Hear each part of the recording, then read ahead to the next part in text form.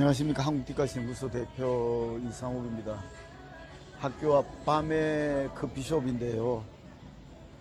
베트남에는 북부와 남부 기후가 다른데, 남부에는 우기와 건기로 나누어진다고 합니다. 그래서 지금은 우기라서 비가 자주 오고, 그래서 밤에는 남부지만은 좀 시원하게 느껴질 때도 많이 있습니다. 베트남 북부 하노이 같은 데는 아마 남부와는 달리 사계절이 어느 정도 있는 거로 그렇게 알고 있습니다. 베트남 남부에는 우기 건기로 나누어지지만은 그래도 계속 거의 30도 정도의 어떤 그런 고온이 아마 365일 계속 이어지는 것 같은데, 지금은 밤이라서 그런지 가을 날씨처럼 특히 이 부분이 그 건물과 건물 사이에 튀어 있어 가지고 아주 바람이 시원하게 불어서 한국의 가을 날씨 같은 그런 느낌이 지금 듭니다.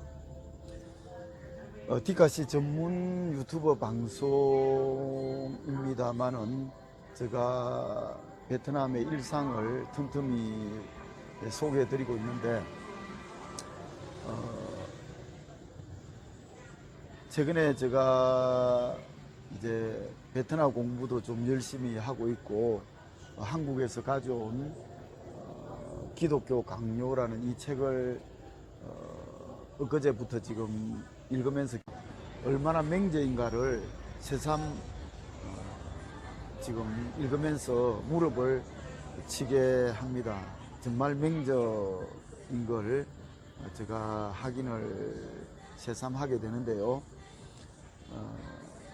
그러면 이 디카시 전문 채널에 칼빈의 기독교 강요를 제가 좀 틈틈이 소개하려고 하는 것은, 디카시도 시고 문학이기 때문에, 문학은 근원적으로 철학과 종교를 지향한다고 그렇게 볼 수 있겠습니다.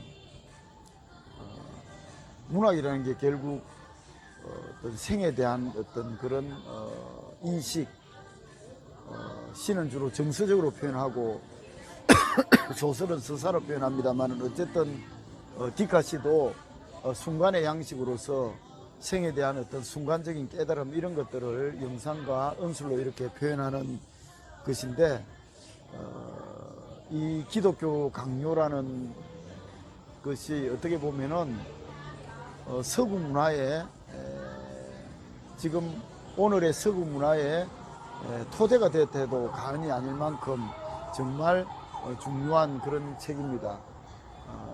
그래서 이 기독교 강요를 제가 읽으면서 깨닫고 느낀 것들을 좀 틈틈이 지속적으로 소개해 드릴까, 그런 생각을 합니다. 이게 결국은 생에 대한 통찰이고 인식이기 때문에, 이런 인식을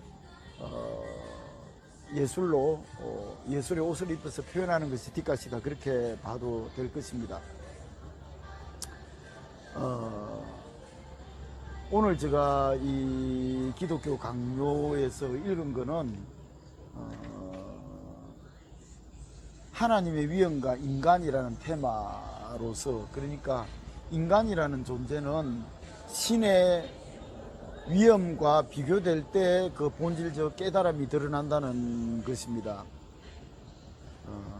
그러니까 칼빈은 철저하게 인간이라는 존재는 원죄 상태에 놓여 있고 비참한 존재이기 때문에 신에 의해서 구원을 받아야 되는 그런 존재로 보고 있는 것이죠.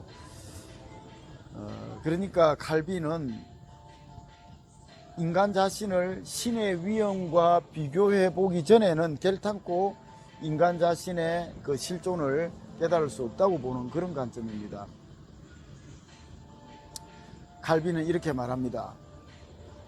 자신의 어떤 그런 존재를 제대로 인식하지 못하는 경우, 그러니까 인간은 칼빈이 볼 때는 철저하게 비천한 상에 빠져 있다는 것인데, 그걸 인식하지 못하는 경우를 이렇게 말합니다. 우리가 이 지상 너머를 바라보지 못하고 자신의 의와 지혜와 덕으로 완전히 만족하고 있는 한, 우리는 자신이 가장 훌륭한 존재인 양 우쭐대며 자신을 반신적인 존재로 착각하게 될 것이다. 인간은 자기 자신의 실존을 제대로 깨닫지 못하고 마치 신적인 존재인 양 착각한다는 것입니다.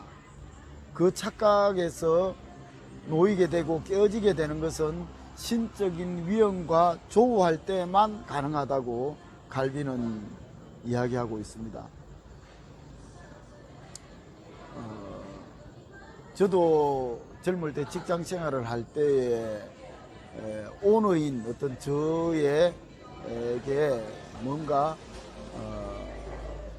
해직도 시킬 수 있고 또 계속 직장 생활을 영위하게도 할 수 있는 인사권을 가진 오너 앞에서는 굉장히 저 자신이 위축되고 그 앞에서는 그 존재가 크고, 그래서 저 자신의 어떤 비천함을 느끼게 되기도 했는데, 하물며 신적인 존재 앞에서의 인간의 어떤 그 왜소함이나 비천한 존재임을 깨닫게 되는 그런 것들은 칼빈의 말이 아니더라도 능히 수긍이 되는 바입니다. 저도 앞에 유튜브에서도 말씀드렸습니다만은 나이가 들고 그럴수록 점점 저 자신의 존재의 미약함이나 비천함을 더욱더 깨닫게 됩니다. 특히 도덕적이나 윤리적인 측면에서도 말할 것도 없고, 한때 젊을 때는 도덕적이나 윤리적인 측면에서 내가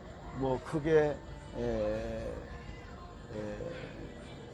비천하지는 않다 이런 생각을 했는데, 이제 나이 들수록 더 존재, 아마 더 큰 존재, 신적인 어떤 그런 존재 앞에 설 때 더 그런 것들을 느끼게 된다는 것입니다. 젊을 때야 뭐 나의 사전에 불가능은 없다, 뭐 그런 이야기를 할 만큼 자신만만해 하지만은 점점